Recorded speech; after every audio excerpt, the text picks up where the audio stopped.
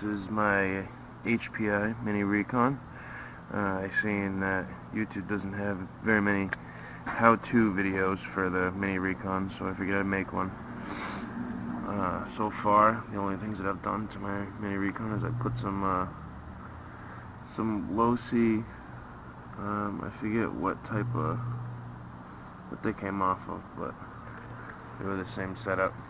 Just had the pin going through it. Same size tires, but these have held up a million times better than the stock low HPI tires or rims. Anybody that has the truck knows that the wheels are the biggest weak point. First day I had it, the wheels were busted right off it, so these are pretty scuffed up. I've beaten the crap out of them, and I don't even have one crack yet, so I highly recommend them. But another thing that I've done is I bought the RC18 dog bones, the monster truck dog bones. This is them. Got them on eBay for like $6, and they are too short by like 5 millimeters, 6 millimeters. So one thing that I've done to make them work, because another weak point on the HPI Mini Recon is the dog bones. I've broken 3 of them so far, so as they broke I would make new ones. And what I did was I took the RC18 monster truck dog bones that I bought. It seems they were too small. I drilled 2 holes in them. You can kind of see it there. And I got some tubed aluminum, and I cut the dog bone in half. And then I cut some tubed aluminum the right length, and then I would attach one side and get it as centered as I could, because you know, it seems where you only have one screw holding it in. You can see the holes here before I finish cutting it. It seems you only have one screw holding it in, and it tends to kind of move around inside the aluminum. And there's the tubed aluminum right there. One problem that I have had with doing this is the screws that I've been using to set inside there, inside this dog bone, are kind of weak screws, and they keep snapping at the head, so I have to keep drilling them out. But so far, I've made 2 of them, and I got them both on the rear, and so far, I haven't had any problems with them. They work far better than the stock ones. And one problem, if anybody that has a truck has noticed, the problem with the stock dog bones is the cups for the diffs and the cups for the C-hubs or whatever. They rub on the dog bones, and it causes them to wear down by the balls, and then they eventually snap. So I mean, one way to avoid it is to obviously, you know, set your suspension so it's not all the way down. You know, if you have the suspension travel all the way out, then it's gonna obviously rub on that dog bone. But another thing that I've done is I got the adjustable camber and towing links, which has actually proved to be more of a pain in the ass. Because I don't know if anybody with the stock ones, I don't know if it was just mine or what, but when I got it, the tow-in was a little too much on the stock links there. It seemed like they were a little too short, and you know, both the tires were pitched in a little bit. I don't know if that was supposed to be, so when you push down on the suspension it would be more flattened out, you know what I mean? But one problem that I noticed was it would be all over the place. Seems where the toe-in was kind of in too much on both tires. You know, it would just be trying to bust loose and go any which way. Oh, and another thing I did do is I do have the RC18 differential in there, and I don't have the spur gear. I have the HPI spur gear, but inside the differential, you know, it's the ball differential.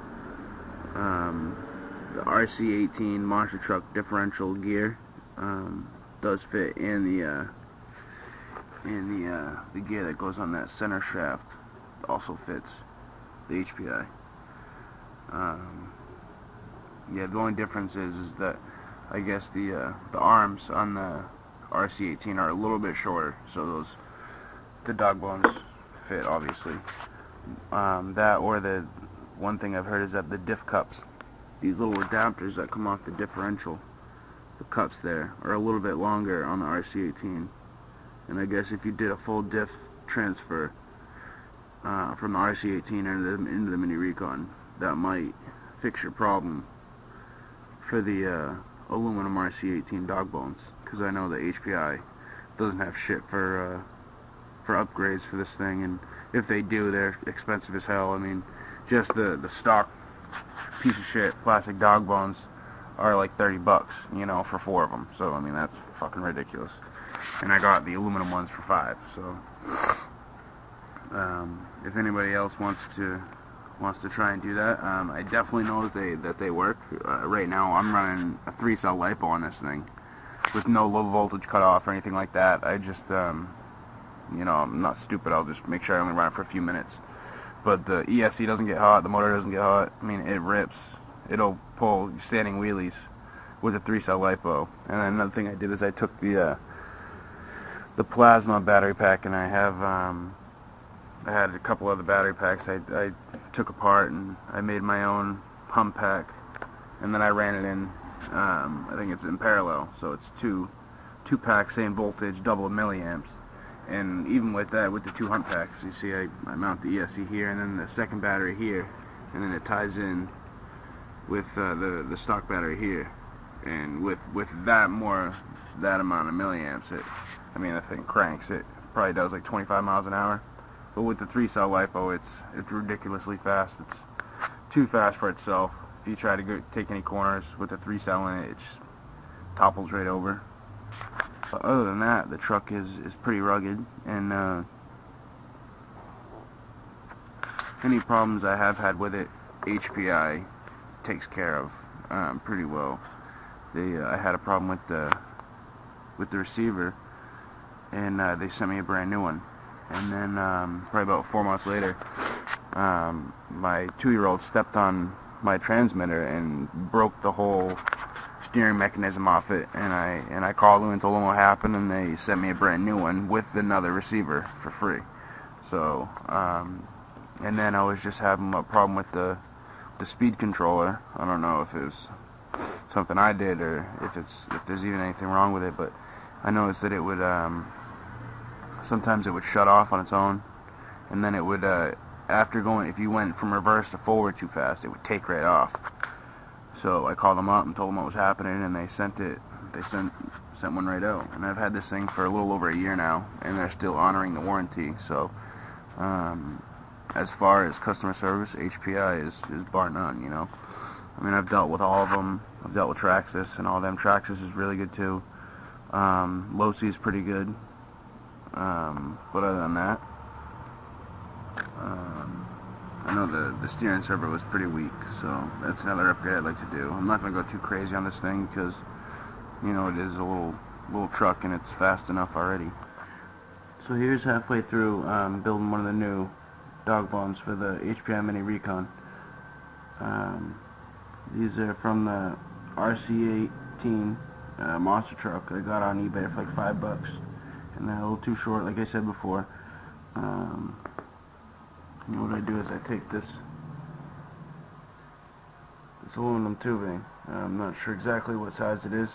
Probably best bet is if you have the dog bones to go to your local hobby shop or hardware store and try to find the right size.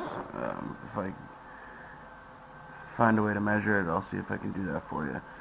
But you take the aluminum tubing, and as I said before, you drill the hole, and I end up putting the tubing over it, and you have to, you know, Dremel it so it fits good, nice and snug. And here we have the finished HPI Mini Recon dog bone. I had offset the screws so it kind of balances it out a little, but it's the proper length, and it holds up way better than the crap stock composite ones. Somebody once told me that